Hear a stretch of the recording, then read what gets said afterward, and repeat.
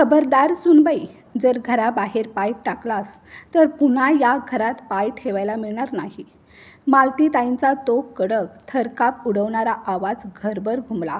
अंजली सजून सवरून रक्षाबंधनाच्या दिवशी माहेरी जाण्यासाठी बाहेर पडत होती, तेव्हा अचानक सासूबाईंचा हा कठोर शब्दांचा आघात तिच्यावर कोसळला. त्या रागाने, थरथरत्या आवाजाने अंजली जणू हादरलीच. पाय थबकले, हातातली पर्स खाली घसरण्याच्या अवस्थेत होती आणि डोळ्यात टचकन पाणी आलं. एक क्षणभर सगळं शून्य झालं. ती रडवेल्या स्वरात म्हणाली, आई प्लीज मला जाऊ द्या. आज रक्षाबंधन आहे. माझा दादा वहिनी सकाळपासून वाट बघत आहेत. त्यांचे किती वेळा फोन आले, पण मी अजूनही घरातच आहे.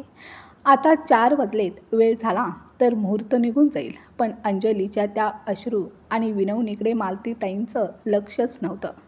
त्या निर्विकारपणे म्हणाल्या, मी एकदा नाही म्हटलं म्हणजे नाहीच, आणि तू माझं ऐकलं नाहीस तर हे लक्षात ठेव, पुन्हा या घरात पाय ठेवायचा नाही. अंजली रडतच तिच्या खोलीत गेली. फोन करून तिने आईला रडत रडत सांगितलं, आई मी काय करू, मला काहीच समजत नाही. सासूबाईंना आज काय झालंय कुणास ठाऊक. इतका मोठा सण रक्षाबंधन, तरीसुद्धा त्या मला माहेरी जाऊ देत नाही आहेत. सकाळपासून तयार होऊन बसले आहे. कितीतरी वेळा समजावलं पण त्या ऐकतच नाहीत. आणि अनिरुद्ध, त्यांचा फोनसुद्धा सासूबाईंनी स्वतःजवळ ठेवून घेतला. त्याला सक्तीने ऑफिसला पाठवले. आता मी कोणाला सांगू. आपल्या मुलीचं बोलणं ऐकून अंजलीची आई रागाने म्हणाली, अंजली बाळा, ही तुझ्या सासरची गोष्ट आहे म्हणून मी आत्तापर्यंत काही बोलले नाही. पण आता माझं शांत राहणं चुकीचं ठरेल. मी तुला नक्की 1 तासाची वेळ देते. त्या 1 तासात तू तुझ्या सासूबाईंशी शांतपणे पण ठामपणे बोलून त्यांना समजावून सांग.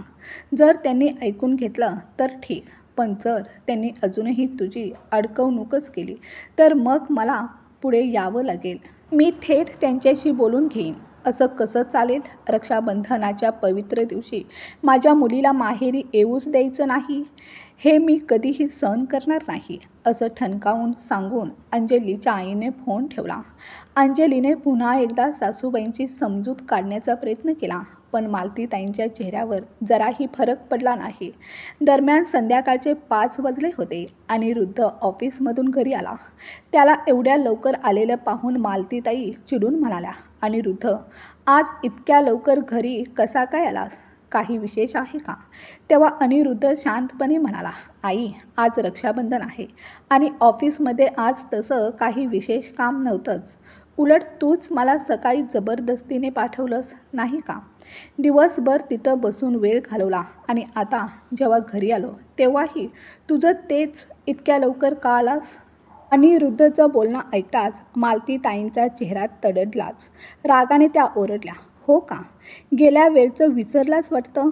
त्या दिवशी पण रक्षाबंधनच होतं आणि तरीसुद्धा तू ऑफिसमध्ये पूर्ण दिवस आणि रात्रभर थांबलास.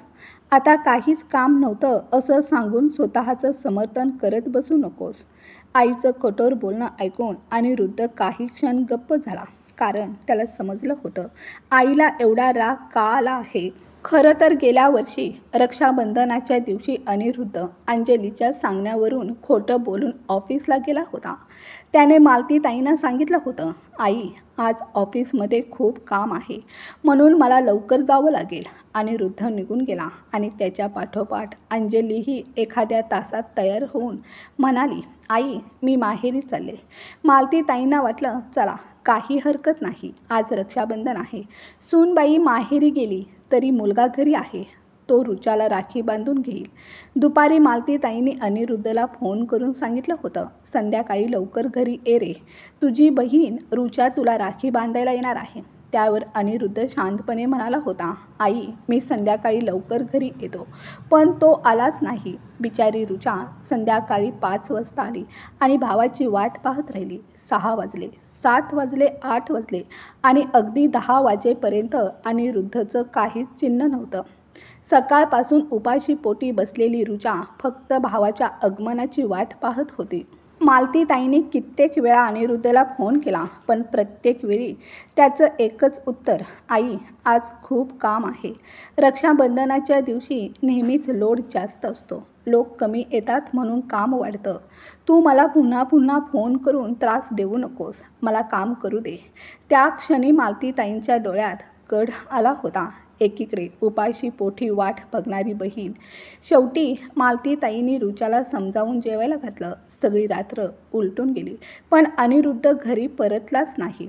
दुसऱ्या दिवशी सकाळी अनिरुद्ध घरी आला आणि त्याच्या अगदी अर्ध्या तासातच अंजलीसुद्धा घरी आली. दोघं एकत्र आल्याचं पाहून मालतीताईंना काहीसा संशय आला. त्या अनिरुद्धकडे रोखून पाहत म्हणाल्या, अनिरुद्ध, खरं खरं सांग, तू रात्रभर ऑफिसमध्ये होतास की कुठे दुसरीकडे? आईचा थेट प्रश्न ऐकताच अनिरुद्ध दचकला. नजर चुकवत म्हणाला, आई तू काय बोलतेस? मी रात्रभर ऑफिसमध्ये होतो, काम करत होतो. मालतीताई त्याच्याकडे थेट नजर रोखून म्हणाल्या, पण तुझे डोळे पाहून तसं वाटत नाही. ना डोळे लाल आहेत, ना चेहऱ्यावर थकवा. खरं सांग, नाहीतर दुसरीकडून कळलं तर परिणाम खूपच गंभीर होतील. मालतीताईंच्या रागाने अंजली घाबरून थेट खोलीत पळाली. तशाच संतप्तपणे मालतीताई तिच्या खोलीत गेल्या आणि कडक स्वरात विचारलं, सुनबाई, खरं आणि स्पष्ट सांग, अनिरुद्ध तुझ्याबरोबर तुझ्या माहेरी गेला होता का? त्यांच्या त्या थेट प्रश्नाने अंजली गोंधळली. तिच्या तोंडून होही निघेना आणि नाहीही. मालतीताईंनी पुन्हा अधिक जोरात विचारल्यावर शेवटी अंजली म्हणाली, हो आई, ते माझ्याबरोबरच गेले होते. मला माहेरी जायचं होतं आणि तुम्हाला विचारलं असतं तर तुम्ही कधीच परवानगी दिली नसती. म्हणून अनिरुद्धने खोटं सांगितलं की त्यांना ऑफिसमध्ये उशिरापर्यंत काम आहे, पण प्रत्यक्षात ते माझ्यासोबतच राहिले.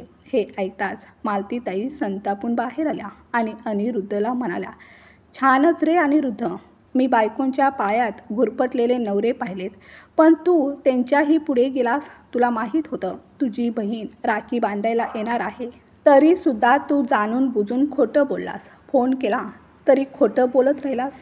तेव्हा अनिरुद्ध तोंड वाकडं करत म्हणाला, आई मी नाही काही खोटं बोललो. सगळं अंजलीचं डोकं आहे. तिनंच मला जबरदस्तीने खोटं बोलायला लावलं. मी तर संध्याकाळी घरी येण्यासाठी निघालो होतो, पण तिनं येऊच दिलं नाही. अनिरुद्धने सगळा दोष अंजलीवर ढकलला. मालतीताईंचा राग आता त्यांच्या ताब्यात राहिला नाही. तेवढ्यात अंजली खोलीतून बाहेर आली. हातात एक साडी आणि त्यावर ठेवलेले 1000 रुपये घेत ती थेट रुचाजवळ आली. रुचा त्या क्षणी आपल्या दादा वहिनीचं बोलणं ऐकून अश्रू गाळत होती. अंजली तिच्या हातात साडी आणि पैसे देत म्हणाली, ताई, हेच ना कारण तुमच्या रडण्याचं? यासाठीच ना तुम्ही आलात? आणि यासाठीच आई आम्हाला ओरडत आहेत. त्यांना वाटतं तुम्ही दादाला राखी बांधली नाही म्हणून आम्ही तुम्हाला रक्षाबंधनाची भेट देणार नाही. घ्या ही तुमची साडी आणि हे पैसे, आणि सासूबाईंना सांगा शांत व्हा आता. हे ऐकून मालतीताईंना संताप अनावर झाला. त्यांनी ती साडी आणि पैसे रुचाच्या हातातून हिसकावले आणि ते अंजलीच्या समोर फेकून दिले.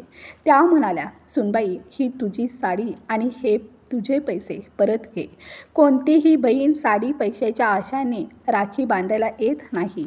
तिला भावाकडून मिळणाऱ्या प्रेमाची, सन्मानाची आणि आपुलकीची आस असते.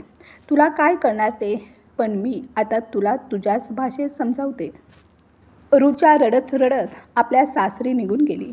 मालतीताईंनी रुचाला त्यांच्याकडची एक साडी आणि पैसे दिले आणि प्रेमाने म्हणाल्या, बाळा, सासरी काहीच सांगू नकोस, नाहीतर उद्या त्यांचे टोमणे खावे लागतील. रुचाचं मन भरून आलं होतं. तिनं सासरी पावलं टाकली खरी, पण मालतीताईंचं काळीज मात्र कोसळत होतं. एक सुंदर सण रक्षाबंधन सुनेने आणि मुलाने मिळून खराब केला होता. त्या दिवशी मालतीताई शांत होत्या, पण फक्त वरून, कारण त्यांच्या मनात पुढचं मोठं नियोजन सुरू झालं होतं. एक संपूर्ण वर्ष वाट पाहिल्यानंतर यंदा जेव्हा रक्षाबंधन आलं तेव्हा सकाळपासूनच मालतीताई सज्ज होत्या, मनात एक वेगळीच तयारी घेऊन. आज रक्षाबंधन होता आणि अनिरुद्ध निवांत सकाळी 8 वाजेपर्यंत झोपलेला होता, कारण आज ऋचा येणार की नाही याची कुणालाच खात्री नव्हती. गेल्या वर्षी अंजलीने मुद्दाम अनिरुद्धला ऑफिसला पाठवले होते हे मालतीताईंना अजूनही चांगले आठवत होते. यावेळी मात्र त्या थेट अनिरुद्धच्या खोलीत घुसल्या आणि त्याला झोपेतून उठवत रागाने म्हणाल्या, "अनिरुद्ध, तुला ऑफिसला जायचं नाही का रे? विसरलास काय? गेल्या वेळी रक्षाबंधनाच्या दिवशी ऑफिसमध्ये किती काम होतं?" अनिरुद्ध डोळे चोळत म्हणाला, "आई, हो ना, गेल्या वर्षी होतं काम, पण यंदा नाही आहे, म्हणून मी आज ऑफिसला जाणार नाही." मालतीताई मोठ्या आवाजात म्हणाल्या, "असं नाही चालणार. तुला आज ऑफिसला जायलाच लागेल. आत्ताच्या आत्ता गपचूप उठ आणि तयार हो." शेवटी जबरदस्तीने त्यांनी अनिरुद्धला ऑफिसला पाठवलं. दुसरीकडे सकाळी अंजली तयार होऊन घरातून निघत होती तेव्हा मालतीताईंनी तिला दरवाजात अडवलं आणि खवळून म्हणाल्या, "अंजली, खबरदार, जर घराच्या बाहेर पाय टाकलास तर. हे माझं घर आहे. इथं कोण कधी येणार आणि कधी जाणार हे मी ठरवणार." सासूबाईंचं बोलणं ऐकून अंजली थक्क झाली. ती हळूवारपणे म्हणाली, "आई, आज रक्षाबंधन आहे आणि मी तर दरवर्षी माहेरी जाते. तुम्ही असं कसं बोलू शकता?" मालतीताई थेट म्हणाल्या, "हो, माहिती आहे मला, पण यावर्षी तू नाही जाणार, समजलं का?" अंजली रडू लागली. ती मालतीताईंना समजावण्याचा, विनवण्याचा आटोकाट प्रयत्न करू लागली, पण मालतीताई ठाम होत्या. त्यांचं ठरलेलं होतं, अंजलीला यावर्षी माहेरी जाऊ द्यायचंच नाही. संपूर्ण दिवस अंजली त्यांना समजावत राहिली, पण पुन्हा माहेरी फोन करून आईजवळ सासूबाईंच्या तक्रारी करत होती. तिच्या बोलण्यातून राग आणि हतबलता ओसरून वाहत होती. त्याच दरम्यान संध्याकाळी 5 वाजता अनिरुद्ध ऑफिसमधून घरी आला. त्याला पाहताच मालतीताईंनी खवळून विचारलं, "अनिरुद्ध, तूच तर म्हणत होतास ना की रक्षाबंधनाच्या दिवशी ऑफिसमध्ये कमी कर्मचारी असतात, त्यामुळे कामाचं लोड जास्त असतं आणि तुला वेळच मिळत नाही. मग आज एवढ्या लवकर कसा आलास?" अनिरुद्ध गप्प झाला. त्याला लगेचच उमजलं, आई अजूनही गेल्या वर्षाच्या गोष्टीचा राग धरून आहे. त्याला काहीही उत्तर देता आलं नाही. इकडे अंजली मात्र अखंड रडत होती आणि अनिरुद्ध देखील निरुत्तर झालेला होता. थोड्याच वेळात 5 वाजून गेले होते. अंजलीचा आईचा पुन्हा एकदा फोन आला. आवाजात नाराजी आणि ठामपणा होता. "मालतीताई, आम्ही आमची मुलगी तुम्हाला दिली आहे, विकलेली नाही. हे काय तुमचं वागणं आहे? तुम्हाला माहीत आहे ना, रक्षाबंधन भाऊ बहिणीचा सण असतो आणि तुम्ही माझ्या मुलीला माहेरी येऊ देत नाही, हे अन्यायकारक नाही का?" मालतीताईंनी एक दीर्घ श्वास घेतला आणि म्हणाल्या, "हो, मग ऐका, गेल्या वर्षी तुमच्या मुलीने मुद्दाम माझ्या मुलाला ऑफिसला पाठवून त्याच्या बहिणीचा सण बिघडवला होता. हो, तुम्ही तुमची मुलगी विकली नाही, पण थोडे संस्कार दिले आहेत का तिला? रक्षाबंधनासारख्या पवित्र दिवशी तिच्या नंदेने घरात रडत बसावं आणि राखीही न बांधता परत जावं, हे बरोबर आहे का? यावर्षी माझी मुलगी आली नाही, पण घरातल्या कुणाच्याही तोंडून एक शब्द निघाला नाही. म्हणूनच मी ठरवले, यंदा अंजली माहेरी जाणार नाही. तुम्हाला हवं ते करा आणि हो, जर तिला घेऊन जायचंच असेल तर कायमचं घेऊन जा. मी पुन्हा तिला माझ्या घराच्या उंबरठ्यावर येऊ देणार नाही आणि चांगलंच होईल की तुम्ही आमच्या घरात लक्ष घालू नका. जर लक्ष घालायचं असेल तर आधी तुमच्या मुलीला समजावून सांगा." मालतीताईंच्या या ठाम आणि रागाने भरलेल्या शब्दांनी अंजलीच्या आईची बोलतीच बंद झाली. घरात वातावरण कडक झालं होतं. वेळ निघून जात होता. 6 वाजायला आले होते तेव्हा अंजलीची आई धीर एकवटून अंजलीला म्हणाली, "अंजली बाळा, तू हे काय केलंस? एवढं काही घडलं आणि तू मला क्षणभरही सांगितलं नाहीस. रक्षाबंधनासारख्या पवित्र दिवशी तू तुझ्या नंदेला राखी न बांधता तिला रिकामी पाठवलंस. कधी विचार केलास का, आज जो मानसिक त्रास तू अनुभवते आहेस, तोच त्रास तुझ्या नंदेलाही होत असणार. तिला भावाची वाट पाहून काय वेदना झाल्या असतील, त्याचा अंदाज तरी आहे का तुला? आजच्या दिवशी तीही आपल्या घरात एकटीच बसून रडत असेल आणि हे सगळं तुझ्यामुळं झालं आहे. जर मला आधीच हे माहीत असतं तर मी तुझ्या सासूबाईंना फोनही केला नसता.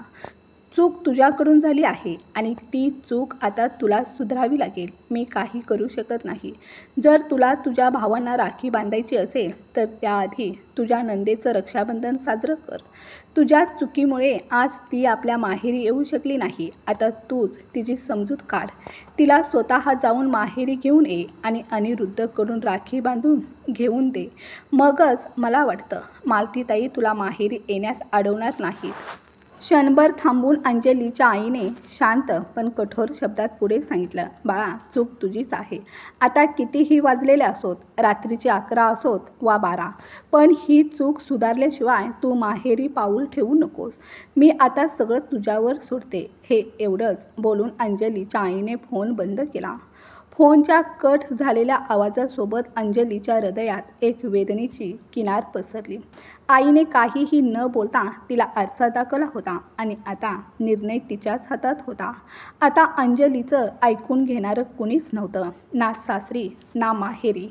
ती पूर्णपणे एकटी पडली होती. आत्तापर्यंत तिला आपल्या सासूबाईंचं बोलणं कधीच पटत नव्हतं, पण आईचं बोलणं तिला समजलं आणि त्या एका क्षणात डोळ्यातलं पाणी पुसून ती उभी राहिली.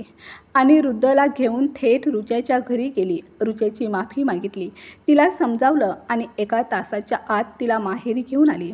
रुच्याने प्रेमाने आपल्या भावाला अनिरुद्धला राखी बांधली. काही न बोलता अंजलीने आपल्या कपाटातून 2 साड्या काढल्या, त्यावर थोडे पैसे ठेवले आणि मनापासून रुचेची माफी मागत म्हणाली, शक्य असेल तर मला माफ करा. खरंच मी स्वार्थी झाले होते. मी विसरून गेले होते की रक्षाबंधन हा सगळ्यांचा सण असतो. तेव्हा रुचा हसून म्हणाली, वहिनी, मला भेट नको आहे. मी अनिरुद्धला राखी बांधली हेच माझ्यासाठी खूप आहे. अंजली डोळ्यात पाणी आणून म्हणाली, रुचाताई, जर तुम्ही ही भेट घेतली नाही तर वाटेल की तुम्ही मला माफ केलं नाही. मी हे तुमच्यावर उपकार म्हणून देत नाही. हा तुमचा अधिकार आहे. तुमच्या भावाकडून तुमच्यासाठी एक छोटीशी भेट. रुचाने आपल्या आईकडे पाहिलं. मालतीताईने हलकासा हो म्हणून डोळ्यांनीच इशारा दिला. त्या क्षणी मालतीताई म्हणाल्या, अनिरुद्ध बाळा, अंजलीला घेऊन माहेरी जा. तिचा भाऊ तिची वाट बघत असेल. अंजली शांतपणे अनिरुद्धसोबत माहेरी निघून गेली आणि इकडे मालतीताई आपल्या मुलीसोबत रात्री शांत झोपल्या. त्यांनी आपल्या सुनीला आणि मुलाला जो धडा द्यायचा होता तो दिला होता आणि त्यांना याची पूर्ण खात्री होती की अंजली भविष्यात चुकूनसुद्धा अशी चूक पुन्हा करणार नाही. मित्रांनो, कथा आवडली असेल तर कथेला लाईक, शेअर करा. चॅनलवर नवीन असाल तर प्लीज आपल्या चॅनलला सबस्क्राईब करा. कथा ऐकल्याबद्दल आणि वाचल्याबद्दल धन्यवाद.